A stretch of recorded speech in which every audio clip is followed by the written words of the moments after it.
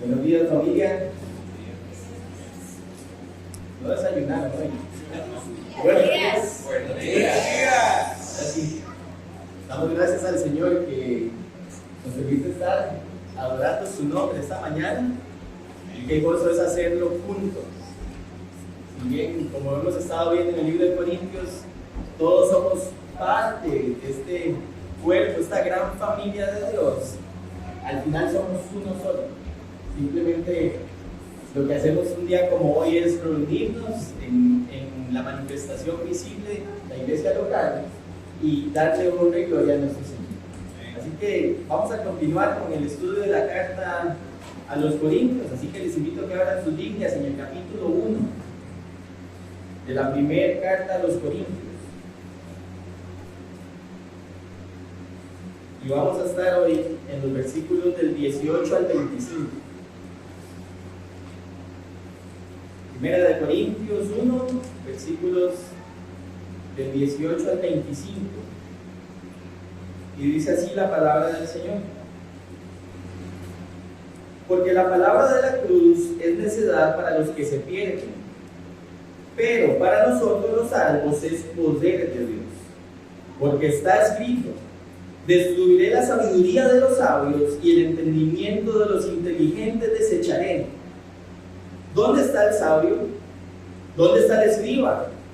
¿Dónde está el que sabe discutir en este siglo? ¿No ha hecho Dios que la sabiduría de este mundo sea necedad? Pues ya que en la sabiduría de Dios el mundo no conoció a Dios por medio de su propia sabiduría, agradó a Dios mediante la necedad de la predicación salvar a los que creen. Porque en verdad los judíos piden señales, y los griegos buscan sabiduría. Pero nosotros predicamos a Cristo crucificado, piedra de tropiezo para los judíos y necedad para los gentiles. Sin embargo, para los llamados, tanto judíos como griegos, Cristo es poder de Dios y sabiduría de Dios, porque la necedad de Dios es más sabia que los hombres, y la debilidad de Dios es más fuerte que los hombres. Padre, queremos rogarte que examines nuestro corazón, Señor, y lo dispongas para que estemos atentos a escuchar tu palabra. Que este texto esta mañana pueda cumplir el propósito por el cual, Señor, tú nos permites como comunidad estudiarlo, observarlo, y sobre todo, Señor, con la necesidad de aplicarlo en nuestras vidas para que salgamos a este mundo que está en oscuridad, para que salgamos a este mundo que está dominado por una sabiduría humana, a predicar, Señor, la locura del Evangelio de Jesucristo, que es el único mensaje, el único Evangelio que puede salvar y que puede transformar vidas. Así que guíanos este ratito, como dice tu palabra en el Salmo 119, abre nuestros ojos para que podamos ver las maravillas de tu ley. Te lo pedimos en el nombre de Cristo Jesús. Amén. Y amén. Okay. Es costumbre que arranquemos con una ilustración cada sermón, pero esta mañana no tengo uno. Y quiero explicarle por qué. He sido eclipsado por el poder de la cruz de Cristo. No creo que haya una sola ilustración en este planeta que pueda siquiera asemejarse o ilustrar imperfectamente el poder de la cruz. Y yo espero que usted esta mañana quede igual de eclipsado que yo por el poder de la cruz de Cristo. Porque definitivamente es algo que nos supera. Yo intenté pensar en mi humanidad. Vinieron ejemplos vanos, como Costa Rica en el 2014. El inesperado ganándole a los esperados. Pensé en las implicaciones de David y Goliat, lo ilógico que era que este pastor de ovejas derrotara a un gigante guerrero de toda la vida. Pero nada, absolutamente nada, le hace honor a la cruz de Cristo y a la sabiduría de Dios. Así que quiero comenzar haciéndoles una pregunta para que podamos reflexionar un momento. ¿En qué pensamos cuando escuchamos la palabra cruz? ¿Qué imagen se viene a nuestra mente cuando cantamos de la cruz? Hace un instante entonábamos 2 cantos totalmente crucéntricos, dirían algunos. Dice el Salmo 47:7, porque Jehová es el Dios de toda la tierra, canten con entendimiento. La pregunta que yo siempre me hago es, ¿realmente estoy cantando con entendimiento lo que estamos proyectando en esa pantalla? Porque al principio cantábamos, yo siempre amaré esa cruz. Pero si ustedes ven el final de ese coro, dice, y algún día, en vez de esa cruz, mi corona Jesús me dará. La pregunta es, ¿qué significa algún día después de la cruz? ¿Acaso no es algo distinto a que yo estoy tomando la cruz? Si alguno quiere ser mi discípulo, niéguese a sí mismo, tome su cruz cada día y sígame. Entendemos las implicaciones de cargar la cruz día a día. Cantábamos ahora, oh cuán gran misterio que por gracia soy. ¿Realmente consideramos un misterio la salvación por gracia? Porque cuando volvemos a ver a la cruz, hermanos, si no quedamos eclipsados por el mensaje de la cruz y no quedamos literalmente con un misterio en la cabeza, yo creo que algo no estamos entendiendo. Y creo que es parte del propósito por el cual el Señor, Él trae hoy este mensaje. Yo creo que Él hoy nos invita a confiar en el poder del Evangelio con la cruz en el centro. Confiar en el poder del Evangelio con la cruz en el centro. Si usted observa conmigo versículo 17 ahí de 1 Corintios, dice, pues Cristo no me envió a bautizar, sino a predicar el Evangelio, no con palabras elocuentes, para que no se haga vana la cruz de Cristo. Y tenemos que ver el versículo 17 porque es precisamente la razón por la que Pablo escribe el 18, inspirado por el Espíritu Santo. Comienza con un porqué. Y lo que ahora está estableciendo Pablo es un contraste entre la palabra de la cruz que acaba de decir en versículo 18 y la sabiduría de palabra o las palabras elocuentes que mencionó en el versículo 17. Y hace un contraste bastante claro entre estas dos cosas. Habíamos dicho hace 2 semanas, que la sabiduría de palabras, hermanos, o palabras elocuentes, exige una habilidad. Recuerden que los corintios amaban la retórica, y amaban la retórica griega. Les gustaba poner sus argumentos. Y no solo era poner los argumentos, era ponerlos de una forma fascinante, una forma que pudiera captar el oído, que pudiera captar la atención de sus oyentes. Eran palabras astutas, llenas de creatividad humana. Pero cuando Pablo está diciendo la palabra de la cruz, no hay mucho que agregar. Si no puede ir acompañado de elocuencia, si no puede ir acompañado de una gran retórica, quiere decir que es un mensaje que depende solo de ¿quién? De Dios y lo que Él ha dicho. Y no necesita que se le agregue nada y tampoco necesita que se le quite nada. Simplemente requiere ser expuesto con fidelidad para que no se haga vana la cruz de Cristo. Cuando el texto dice la palabra de la cruz, no es más que otra forma de decir la predicación del Evangelio o la proclamación del Evangelio. Podríamos utilizarlos como términos intercambiables entre sí. Y cuando Pablo les está diciendo a los corintios la palabra de la cruz, lo que se está refiriendo es precisamente a la proclamación del Evangelio. Vean que eso también lo contrastamos con versículo 17. No lo envió Dios a bautizar, sino ¿a qué? A predicar el Evangelio. Y hay un claro contraste entre estas dos cosas. Y es claro que el mensaje del Evangelio es amplio, ¿sí? Cuando pensamos en el Evangelio, tenemos que pensar en un mensaje que está llamando al arrepentimiento. Y este mensaje que llama al arrepentimiento requiere una respuesta en arrepentimiento y fe de parte del pecador. y vemos que es un mensaje que, por lo menos en 1 Corintios 15, Pablo va a decir que incluye la muerte, sepultura y resurrección de Cristo. Y podríamos ampliarlo e incluir antes la vida y después su ascensión. Es un mensaje bastante claro y amplio. Pero Pablo, inspirado por el Espíritu Santo, se centra en la cruz. Y es fascinante lo que vamos a ver de cómo este evangelio, si bien es así de amplio, tiene una centralidad en la cruz de Cristo. Y por eso, cuando hablamos de la palabra de la cruz, que es nuestro único punto, y vamos a tener cinco subpuntos que se derivan de él, la palabra de la cruz es locura para los que se están perdiendo. Vea conmigo de nuevo versículo 18. Porque la palabra de la cruz es necedad para los que se pierden.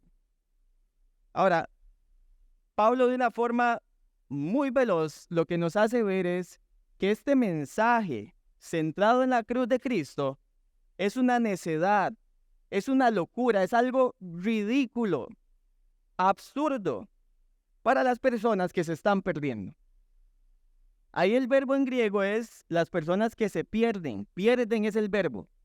Y es un verbo presente y medio. O sea, es una acción continua. Las personas se están perdiendo porque claramente se están perdiendo producto de sus propias acciones. Y lo están haciendo cuando decimos que es voz media, que eso es una característica que tiene el griego, no nuestro español, es que la acción que está ejecutando el sujeto recae sobre sí mismo. O sea, él mismo está ocasionando su propia perdición. Y estas personas, literalmente, cuando escuchan la palabra de la cruz, reciben esto como algo ridículo, como una locura, no lo pueden creer. Y siguiendo con su estilo de vida y en sus pecados, lo que hacen es que están pereciendo. Ahora, tenemos que situarnos en los zapatos de los primeros oyentes. Porque cualquiera de nosotros con mucha facilidad podría decir, qué bárbaros, ¿cómo no creen en la cruz? Si es tan preciosa y tan linda y el mensaje es tan claro. Pongámonos en los zapatos de una persona que vivía en Corinto.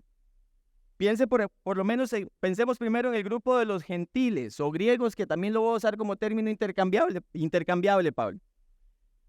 La muerte en la cruz, hermanos, para un griego, era la muerte más horrenda, era la muerte más vergonzosa y más horrorosa que un criminal podía experimentar.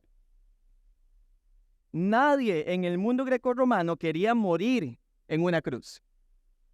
Era un objeto de vergüenza.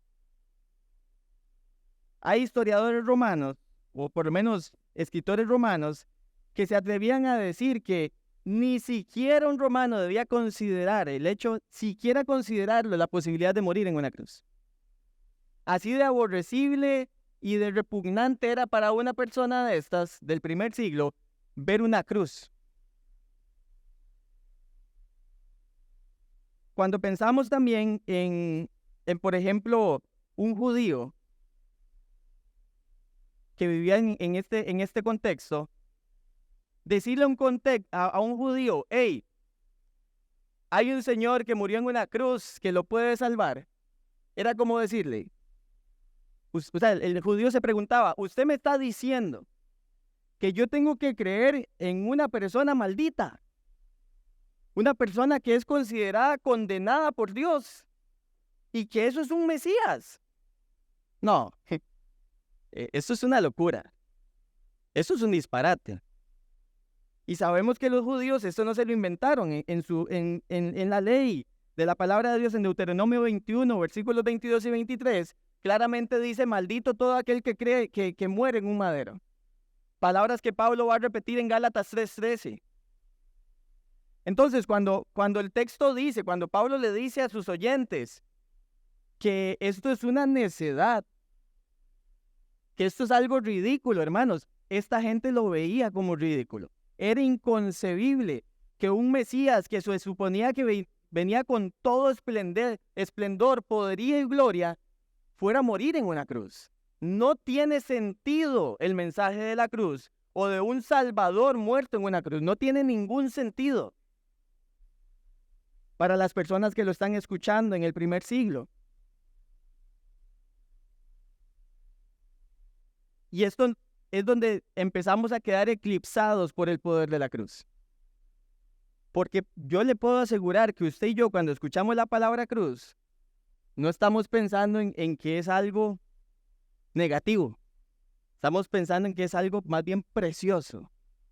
Qué lindo que Dios, siendo Dios, se haya humillado a sí mismo y haya ido hasta la muerte de cruz. Porque en nuestros contextos así es como lo aprendimos, ¿cierto?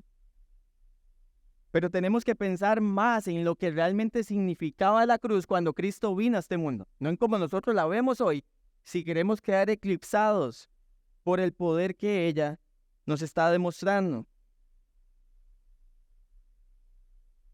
Saben, nuestro país no tiene grandes condenas para los peores criminales. Leí una noticia, y si alguien es abogado y es una nota tal vez muy vieja, me corrige, pero leí que la pena máxima para un criminal en Costa Rica son 50 años. No le pueden meter más años de cárcel. No importa lo que haga. 50 años máximo. Ahora, supongamos que en Costa Rica hay pena de muerte. No existe la pena de muerte en Costa Rica. Suponga por un momento que existe la pena de muerte. Indistintamente del tipo de castigo, del tipo de método que utilicen para ejecutar a las personas, imagine que alguien, después que ejecutan a una persona, viene corriendo donde usted y le dice: vea, yo no lo conocía en vida a este hombre y murió con pena de muerte, pero él lo puede salvar. ¿Usted qué piensa? ¿Le sonaría ridículo o le sonaría fascinante? Suena ridículo, ¿verdad? Y alguien podría decir: no, pero agreguémosle que resucitó. Sí, pero usted no lo vio. Usted no lo vio resucitado y me está diciendo que me puede salvar. ¿Suena ridículo, sí o no? La respuesta natural de las personas, hermanos, al escuchar el mensaje de la cruz, es precisamente esto. Lo toman como necedad. Debería ser lo común, no deberíamos alarmarnos. Cuando una persona allá afuera le predicamos el evangelio, tal como el Señor nos lo pide, y cuando le decimos que Cristo murió en una cruz por sus pecados y se le burla en la cara, eso es lo común. Eso es lo que debería pasar con la mayoría de los seres humanos, porque no tiene sentido que un Salvador haya tenido que morir en una cruz. No tiene ningún sentido. Menos si usted no conoce toda la historia anterior. Y es exactamente lo que está pasando con estos corintios. Pero no solamente es una locura para los que se están perdiendo, es poder de Dios para los que están siendo salvos. Ve ahí mismo versículo 18. La segunda parte dice: pero para nosotros los salvos es poder de Dios. Y aquello que es un símbolo de debilidad, de vergüenza y de muerte, aquello que no va acompañado de una gran retórica para las personas de esa época, ahora el texto nos dice: es poder de Dios. Es poder de Dios. Recordándonos las palabras que mencionamos también hace un par de semanas de Romanos 1:16, que Pablo no se avergonzaba del evangelio. ¿Por qué? Porque es poder de Dios para salvación. Ahora, vean que ese verbo salvos, hermanos, es un verbo presente pasivo. ¿Qué quiere decir eso? Quiere decir que es una acción que se está desarrollando continuamente, no es un verbo simplemente, es un verbo presente pasivo, no es un verbo pasado de una acción que pasó en el pasado y quedó ahí ya totalmente completada, es algo que está sucediendo progresivamente. Y es pasivo porque la acción recayó sobre los sujetos que fueron salvos, o sea, sobre nosotros. No fue algo que nosotros hicimos para poder ser salvos. Y el texto lo vuelve a afirmar. Entonces, ¿cómo es esto de que salvos, pero eso progresivamente? Bueno, sí, esto es una realidad que vivimos los creyentes. Y creo que la forma más sencilla de explicarlo es la siguiente. En el pasado, cuando nuestros pecados fueron perdonados, Eso le llamamos justificación, ¿cierto? Pero ahora el presente, donde el poder del pecado no tiene dominio sobre nuestras vidas, le llamamos ¿cómo? Santificación. Y hay una expectativa futura de que nuestros cuerpos van a ser glorificados y que va a ser totalmente quitado de nosotros. El pecado. Tiempo futuro. Y lo que vemos es una realidad de que los creyentes, si bien por fe, por gracia, por medio de la fe, fuimos rescatados de la condenación eterna, estamos esperando un momento futuro donde se dé el juicio de Dios y donde en su máximo esplendor se manifieste esta salvación que tenemos en Cristo. Amén. Y por eso es que el texto dice, es poder de Dios para los que están siendo salvados, porque el poder de Dios se sigue manifestando en la vida de los creyentes. Por eso le llamamos gracia santificadora a la serie. Porque es una gracia que no solamente salva, es una gracia que transforma progresivamente al creyente hasta su glorificación. Y es una bendición que podamos tener esa confianza. Vea conmigo 1 Corintios 15, donde Pablo refuerza esta idea de una salvación escatológica o futura, total, completada. 1 Corintios 15, versículos 1 y 2. Ahora les hago saber, hermanos, el evangelio que les prediqué, el cual también ustedes recibieron, en el cual también están firmes. Que esa palabra firmes, en otras traducciones dicen el cual perseveráis. Es un verbo perfecto, es una acción completada en el pasado que sigue teniendo repercusiones en el futuro y en el presente también. Y Pablo continúa. Por el cual también son salvos, ojo, si retienen la palabra que les prediqué, a no ser que hayan creído en vano. Pablo lo que les está diciendo es, ese salvos también es presente, sigue continuo. Pablo lo que les está diciendo es, ustedes pueden estar seguros de que son salvos si no creyeron en vano. No es nada más creí ya, tiene que ver fruto, tiene que perseverar. Son las evidencias de una verdadera profesión de fe. Y va progresando hasta que un día seamos glorificados por la gracia del Señor. Y por supuesto, esto no puedo dejar de decirlo, como lo vimos en versículo 9 de capítulo 1, Dios es fiel, ¿cierto? Para mantenernos ahí, en esa salvación. Amén. Podemos tener seguridad de la salvación, pero tenemos que entender que es algo que estamos esperando todavía ver un cumplimiento futuro hasta que nuestros cuerpos sean totalmente redimidos, como lo dice Romanos 8:23. Y lo último que quiero señalar de esta primera parte es que vean que Pablo, hermanos, lo que hace es comparar la palabra necedad con poder en ese versículo 18. Y llama la atención porque tal vez lo común hubiera sido que comparara necedad con sabiduría, ¿cierto? Parecen más antónimos, pero lo hace con poder. ¿Por qué? Porque Pablo lo que le está diciendo a los corintios es lo que para el mundo parece una locura, parece algo absurdo, es lo que tiene el poder para transformar las vidas de las personas. Es lo que tiene el poder para transformar las vidas de las personas. Solo el mensaje de la cruz, solo la palabra de la cruz tiene ese poder. Ahora, apliquemos hasta este punto lo que llevamos visto, hermanos. Algo que obviamente hemos estado aprendiendo acerca de esta gracia, obviamente sabemos que es algo que no merecíamos, sabemos que es algo que es obra del Señor,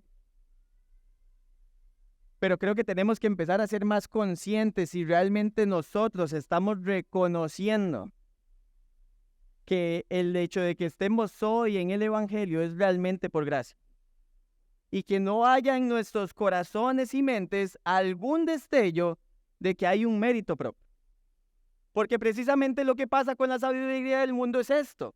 La sabiduría del mundo no puede aceptar que Dios haya decidido salvar al mundo por medio de un Señor crucificado. No tiene sentido para la sabiduría del mundo. ¿Por qué no vino con capa y con traje de superhéroe y se presentó y le dio señales a los judíos y le dio conocimiento y sabiduría a los gentiles nada más para que ya creyeran y punto. No, a él le plació hacerlo de la forma menos esperada en su época, de la forma más repugnante de su época, para que quienes creyeran entendieran que podían creer solamente por su gracia. Y tenemos que meditar si en nuestros corazones hay destellos de, no, pero yo estudié a fondo esto y lo creí. No, pero si yo analicé otras religiones y vi que esta era la más coherente. Porque nunca va a ser coherente el mensaje para la sabiduría humana. Y tenemos que meditar en si realmente estamos viendo esto como una obra exclusiva de Dios o si lo estamos viendo como algo en lo que nosotros realmente estamos colaborando. Otra buena pregunta que nos podemos hacer es, ¿cómo nos explicamos que creemos en un mensaje, ustedes y yo hoy, que para el mundo es ridículo? Que para el mundo es una locura. ¿Cómo nos explicamos que nosotros sí creímos el mensaje? Porque lo que Pablo va a decir más adelante, alguien podría decir, bueno, tal vez somos una élite especial, espiritual. Pablo va a decir más adelante, Dios escogió lo vil y menospreciado del mundo. No tiene que ver con elitismo espiritual esto.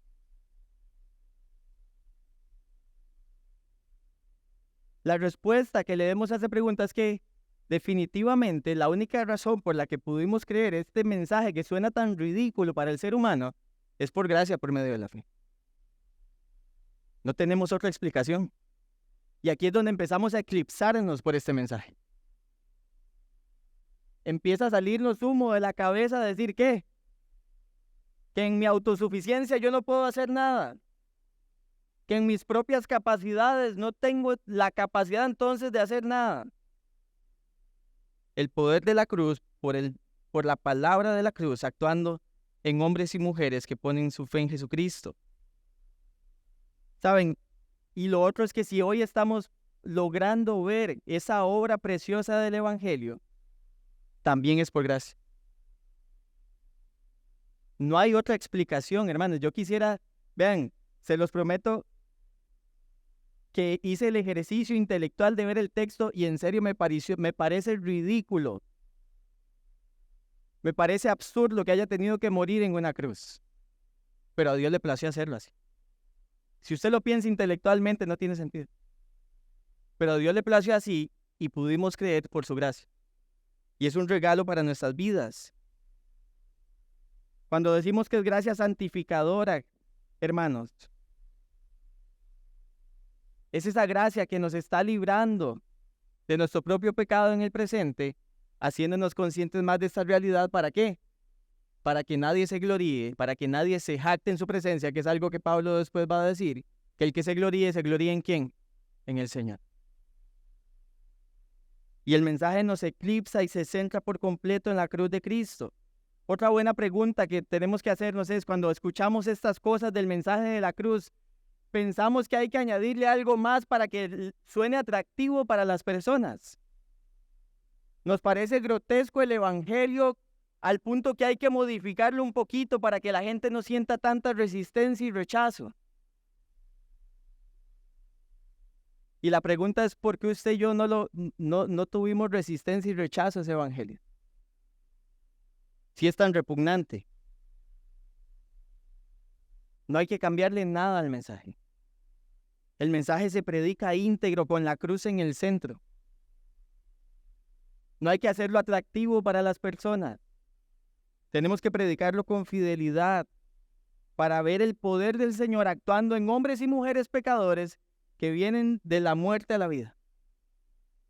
Y con esa confianza es que tenemos que salir a predicar este mensaje cuando tengamos oportunidad.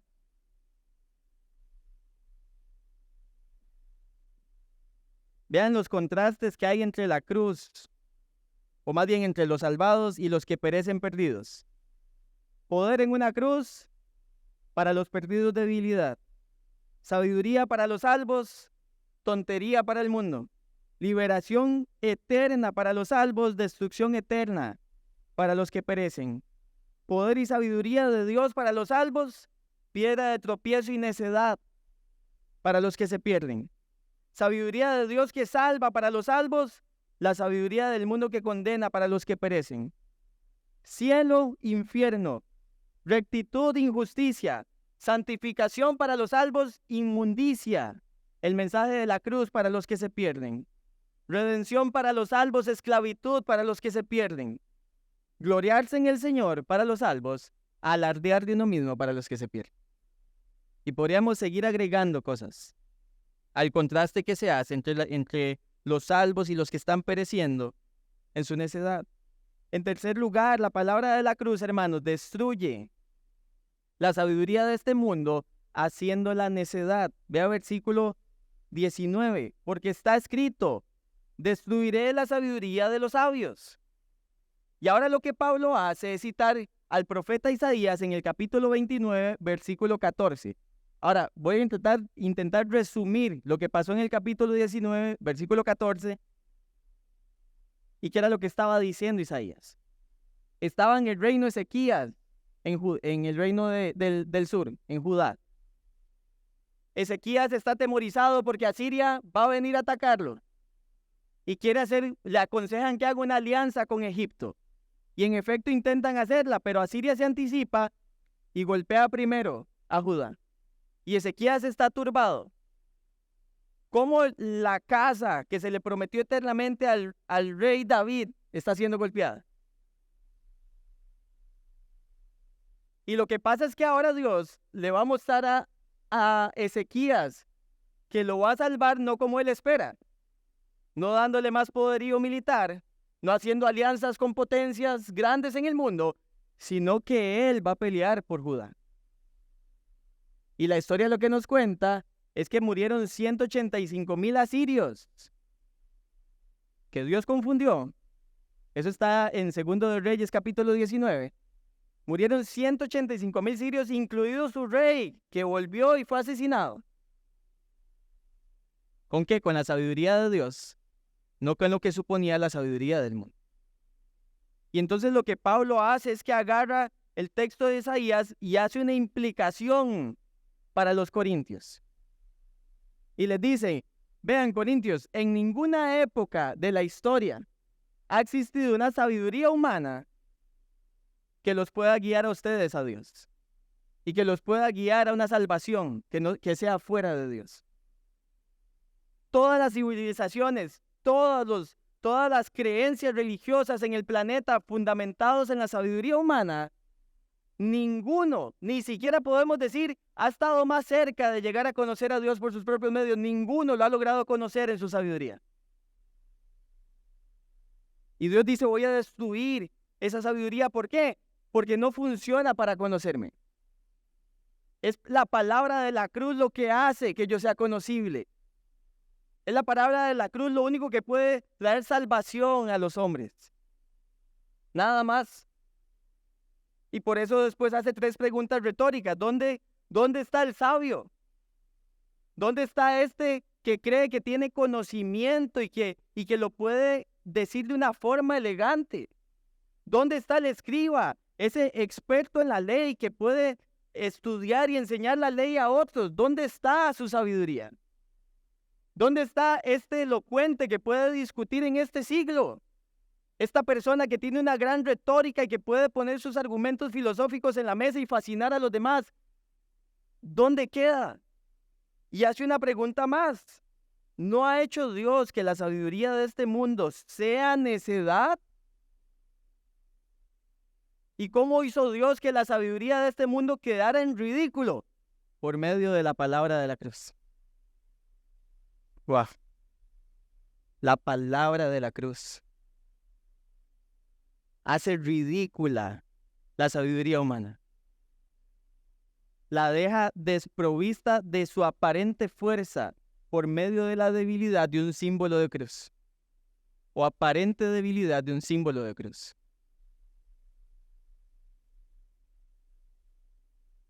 Saben, aplicando un poco esto, estamos constantemente, hermano, expuestos ¿a qué? A ser fascinados por la sabiduría humana. El hecho de que hoy estemos aquí sentados, sabiéndonos salvos por gracia, por medio de la fe, no nos exime de que empecemos a querer abrazar la sabiduría humana, porque era lo que estaba pasándole a los corintios, nuestros hermanos corintios. Estaban fascinados con la sabiduría humana. Y ahora Pablo tiene que recordarle la cruz. Y lo absurdo que suena, pero que fue lo que Dios usó para salvarles. Cuidado con lo que escuchamos. Hoy hay una creciente ola de intelectualismo cristiano y no intelectualismo en su sentido positivo. No intelectualismo para que adquiramos herramientas para estudiar mejor el texto en su contexto. No.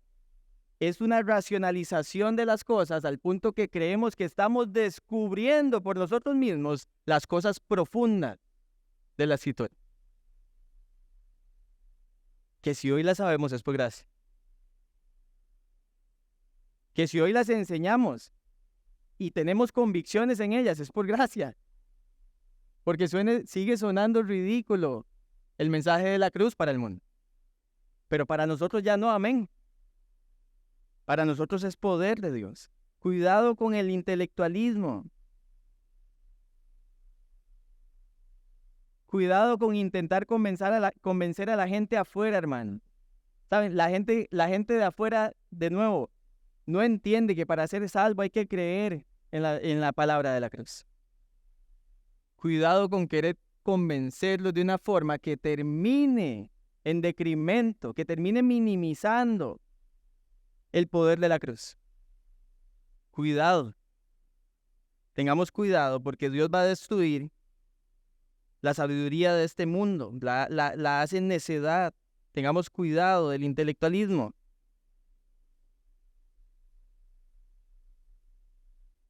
Ahí como un subpunto de este punto 3, destruye la sabiduría de este mundo. Vean versículo 21, pero salva a los que están creyendo por la necedad de la predicación. Y al tiempo que Dios está despedazando la sabiduría del mundo por medio del mensaje de la cruz, la gente que está creyendo en el mensaje de la cruz está siendo salva por gracia por medio de la fe. Versículo 21, pues ya que en la sabiduría de Dios el mundo no conoció a Dios por medio de su propia sabiduría, agradó a Dios mediante la necedad de la predicación salvar a los que creen. Por medio de la predicación, hermano. Por medio de la proclamación del mensaje de la cruz. Y alguien podría decir, así de sencillo. Ojalá la gente lo viera así de sencillo de creer. Pero este es lo que hace el mensaje de la cruz. Lo que para el mundo es necio, un mensaje, porque cuando dice la predicación, hermanos, Pablo no está pensando solamente en el ejercicio de comunicar, de predicar. Pablo está asociando la predicación al mensaje que estamos viendo. Entonces, tiene que ver con el contenido de esta proclamación que es ¿qué? La palabra de la cruz. Tiene que ver con su contenido y eso es lo que hace que las personas estén creyendo. Vean que ese verbo que creen también es presente. Va en consonancia con la salvación que es presente, es algo continuo. Usted no cree hoy y ya mañana deja de creer. Todos los días estamos creyendo en la palabra de la cruz. Todos los días estamos viendo los efectos de la palabra de la cruz sobre nuestras propias vidas. Todos los días. No es que usted un día puso su fe y mañana la quita. No, todos los días está depositada nuestra fe en el Señor Jesucristo. Vean que cuando dice la palabra agradó a Dios, lo que nos está recordando a todos es que a Dios le plació, hermano. Cuando dice que le agradó a Dios, lo que dice es que a Dios le plació que de esta forma, por medio de esta locura, la gente llegara a la salvación. Lo que quiere decir es que Dios planeó tanto que las personas iban a ser salvas como los medios por los cuales iba a lograr la salvación. Y es fascinante ver que Dios hizo esto y que lo sigue haciendo a través de la predicación. En cuarto lugar, hermanos, La palabra de la cruz es proclamada continuamente a todos. Vea versículo 22, porque en verdad los judíos piden señales y los griegos buscan sabiduría, pero nosotros predicamos a Cristo crucificado. Y cuando Pablo dice que está predicando a Cristo crucificado, una vez más, lo que Pablo está diciendo es: estoy predicando constantemente a Cristo crucificado, tanto a judíos como a gentiles, a todos por igual, sin excepción de personas. Lo está haciendo constantemente, absolutamente a todos. Y Pablo lo que va a mencionar es que los judíos piden señales. Y creo que todos somos testigos de cómo Dios, desde la antigüedad, por medio, más bien al pueblo de Israel, ¿qué hizo? Le mostró grandes señales, ¿cierto? Y hizo hechos portentosos entre el pueblo. Lo que pasa es que el pueblo llegó a pensar que las señales eran una forma de probar a Dios y no que era Dios actuando como a él le placía. Y ahora estos hombres creen que para creer cualquier cosa tienen que ver una señal. Fue lo que le pasó a estos fariseos en Mateo 12. Estos líderes religiosos se le acercan a Jesús y le dicen: queremos ver una señal, maestro. Y Jesús les dice: no les voy a mostrar ninguna, sino la de Jonás. Y hace una comparación, porque como Jonás estuvo 3 días en el vientre de la ballena, así estará el Hijo del Hombre. Haciendo que una alusión a su muerte, sepultura y resurrección. Y Dios no les quiso dar señal a estos discípulos, con la intención que la estaban pidiendo. Luego el texto dice que los griegos buscan sabiduría. A los griegos les gusta la elocuencia, pero Pablo no les da elocuencia. Lo que les da es la predicación de Cristo crucificado. Vean lo central que es esto, hermano. Lo he repetido ya no sé ni cuántas veces, ya perdí la cuenta. Pero es la palabra de la cruz. La palabra de la cruz. Pablo no le importó si buscaban una u otra cosa. Él hizo lo que Dios lo mandó a hacer. Les pareciera necedad o no, lo mandó a hacer eso y eso hizo. No iba a hacer algo distinto, pero lo iba a proclamar a todos porque todos tenían que escuchar este mensaje. Ahora, vean que el texto dice que este Cristo crucificado es piedra de tropiezo para los judíos y que es necedad o locura para los gentiles. Ahora, ya hablamos de por qué era piedra de tropiezo para los judíos al inicio. Ellos no podían creer en un Mesías crucificado porque maldito era todo el que moría en un madero. Y por supuesto que también los gentiles no podían creer en un Mesías crucificado porque eso era un disparate, era el peor castigo. No hay forma. Era una piedra de tropiezo y una locura, pero también en el versículo 24 dice que es el poder y la sabiduría de Dios para los llamados, tanto judíos como gentiles. Poder y sabiduría de Dios para los llamados. ¿Qué es esto de los llamados, hermanos? Vea conmigo versículo 9. Fiel es Dios. Versículo 9 ahí de 1 Corintios. Fiel es Dios, por medio de quien fueron llamados a la comunión con su Hijo Jesucristo, nuestro Señor. Y esa palabra llamados es un verbo aoristo pasivo. ¿Qué significa eso? Es una acción pasada que recibe el sujeto. Una acción pasada que recibe el sujeto. Y lo que Pablo le está diciendo a los Corintios es: hey, ustedes fueron llamados por Dios a esta común participación que ahora tienen en la fe. A esta común participación que ahora tienen como cuerpo. Y ahora en el versículo 24 les vuelve a recordar esta realidad cuando les dice: sin embargo, para los llamados, tanto judíos como griegos, Cristo es poder de Dios y sabiduría de Dios. Y parece que hace un contraste entre los judíos y griegos que acaba de mencionar y los que están siendo llamados.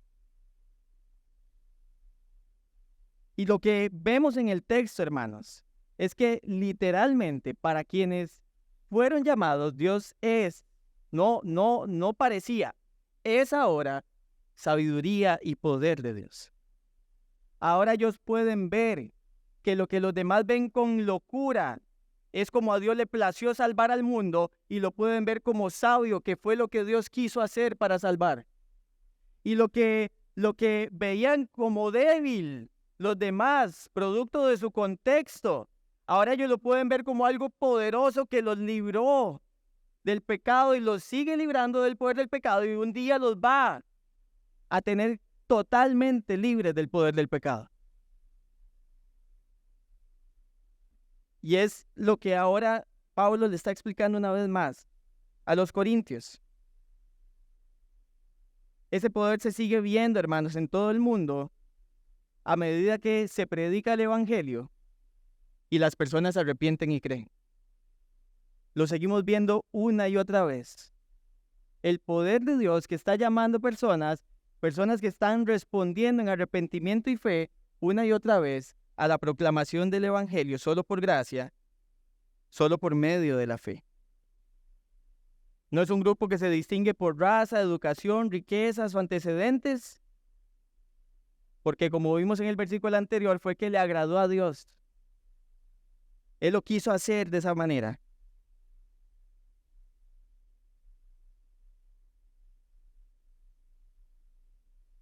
Y en último lugar, quinto lugar, antes de hacer una aplicación final, la palabra de la cruz, hermanos, revela la insensatez o lo absurdo de la sabiduría humana. Versículo 25.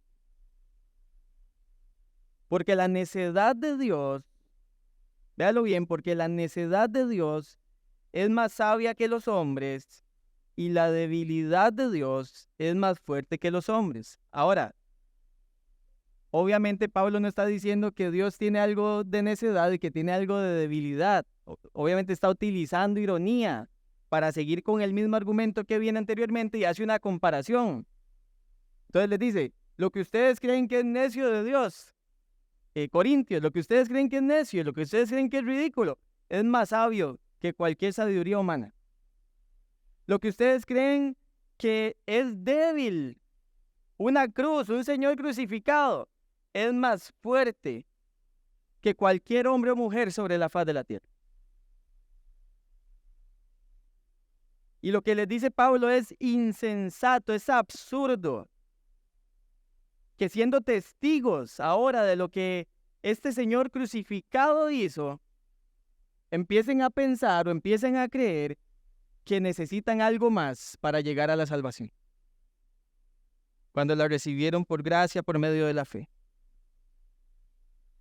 No se puede comparar, hermano, lo que Dios es y lo que hace con ninguna cosa creada, con ningún ser creado. Dios es único. Nada se puede comparar. Dios pone patas arriba los caminos de los hombres y las mujeres, porque Él es muchísimo más sabio de lo que cualquier persona pueda imaginar o concebir alguna vez. Literalmente es poner patas para arriba. El mundo antiguo enviando un Salvador a morir en una cruz.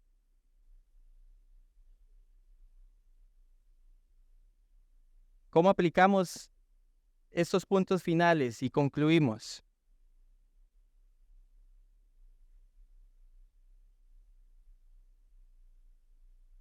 Creo que una de las cosas que tenemos que meditar como iglesia y que tenemos que meditar más constantemente es que si este fue el mensaje que fue predicado en el siglo I, hermano, es el mensaje que tenemos que seguir predicando.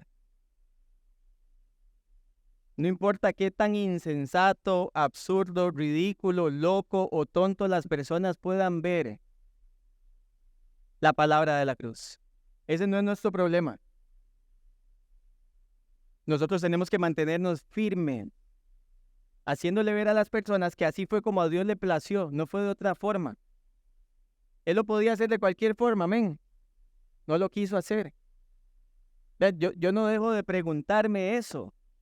Y es una pregunta que seguro voy a meditar y seguramente nunca voy a obtener una respuesta, o por lo menos una respuesta que satisfaga mi intelecto. Porque si hay una respuesta. ¿Por qué si era así en el siglo I y la gente lo iba a ver así en el siglo I? ¿Por qué lo quiso hacer así? ¿Alguna vez se ha preguntado eso? ¿Por qué si era una locura y una necedad para los judíos y los gentiles del siglo I, por qué lo quiso hacer así Dios? Y podríamos meditar toda la vida en esto y no vamos a satisfacer nuestro intelecto. ¿Sabe por qué? Porque le plació para mostrar las riquezas de su gracia. Efesios 1. No hay otra razón, hermanos. No la busquemos, deleitémonos y vivamos en el poder de esa gracia que hoy nos está llamando a ¿qué? A santificarnos producto de lo que hemos recibido en Él. Tenemos que pensar en esto. Lo otro que tenemos que pensar, hermanos, es que las personas que van a ver esto como una piedra de tropiezo, las personas que van a ver esto como una locura, ¿sabe cuál es su responsabilidad y la mía? Orar por esas personas. Porque usted y yo no las podemos convencer. Pero tampoco es nuestro trabajo juzgarlas solo porque no creen. Porque ya vimos que el poder de la cruz, la única forma de ser creído es que nos eclipse. Literalmente. No juzguemos a aquellos que hoy están rechazando el evangelio porque lo ven como una locura. Lo ven como un tropezadero. Algo que no les permite creer. Necesitamos orar más por las personas que tenemos a nuestro alrededor que no están en la fe y clamarle al Padre que quiera Él en su misericordia hacer que sus ojos se abran y puedan ver lo precioso de la palabra de la cruz. Y puedan ver la necesidad en sus vidas de la palabra de la cruz y como único medio para la salvación. Necesitamos orar más por estas personas. Y necesitamos ser más agradecidos, hermanos, con nuestro Señor. Si literalmente esto no lo podíamos ver por nosotros mismos, que por lo menos es lo que yo veo en el texto, y los verbos lo dejan clarísimo en griego. No hay forma de que un verbo pasivo no sea pasivo. Acciones que recibimos sin hacer absolutamente nada, tenemos que ser más agradecidos con la gracia recibida. No podemos, hermanos, no podemos intentar coquetear con la sabiduría humana buscando a ver cómo nosotros nos involucramos en esto. Necesitamos más gratitud. ¿Sabe cómo se le demuestra gratitud al Señor? Estando dispuestos a ser santificados. Porque Él ya proveyó los medios, amén. ¿Qué necesitamos? Caminar en esa gracia provista, en los medios de gracia provistos para que nuestras vidas crezcan ¿en qué? En santidad. Por eso es que los jueves estamos estudiando disciplinas espirituales. No fue que se nos había acabado el material anterior y entonces tuvimos que sacarnos de la manga algo, no, intencionalmente estamos viendo las disciplinas espirituales porque una vida que no tiene comunión íntima con Cristo, intencional, no es una vida que se pueda santificar. Es imposible. No es mágico esto. Ahora sí, fuimos habilitados y capacitados. Nos toca, con lo que recibimos, empezar a caminar en el poder de la gracia. Y es lo que el Señor está esperando de nosotros. Y lo último que creo que no son las únicas cosas que podemos aplicar, pero creo que podemos aplicar es que, hermanos, si la palabra de la cruz revela lo necio de la sabiduría humana y revela lo débil de la sabiduría humana, ¿en qué tenemos que confiar? La palabra de Dios. No hay ningún libro en este mundo que lo vaya a usted a transformar que no sea este. No hay ningún libro que lo pueda guiar cada vez más hacia esa santificación que no sea este. No hay ninguna persona en este mundo que lo pueda guiar más hacia esta verdad y a vivir esta verdad que no sea el Espíritu Santo que mora en usted, abriendo sus ojos, iluminándolo día tras día para que usted ahora pueda con claridad ver lo que el texto dice y yo lo pueda ver también. Y necesitamos desarrollar literalmente un amor por esto, hermanos, que es una locura para el mundo. Esto es antagónico en muchas cosas para la sabiduría del mundo. Está lleno de paradojas de vida. Usted quiere ganar su vida, la va a perder.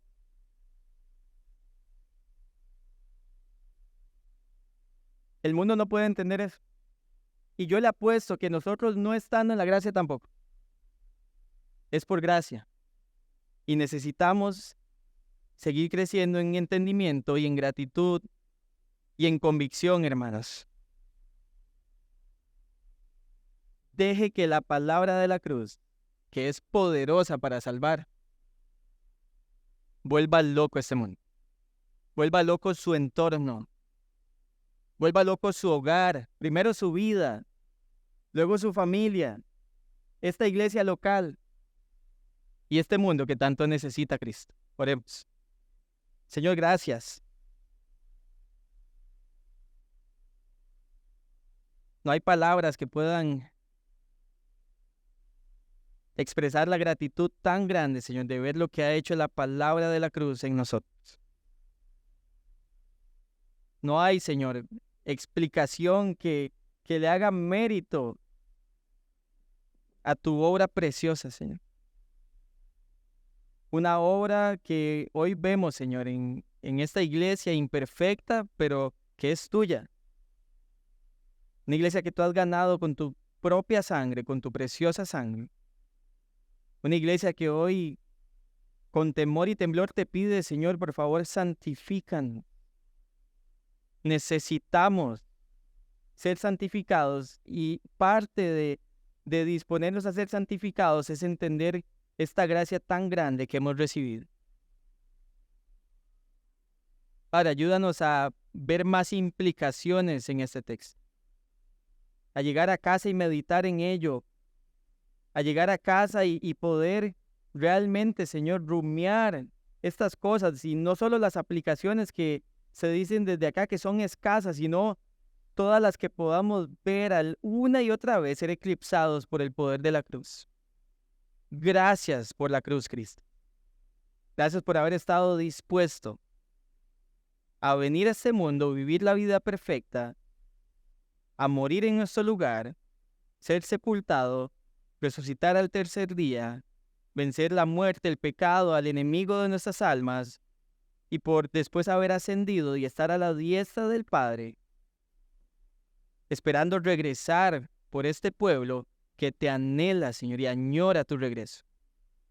Y que añora estar en tu presencia, libre de pecado, conociéndote y adorándote por la eternidad. Te damos gracias en el nombre de Cristo Jesús. Amén.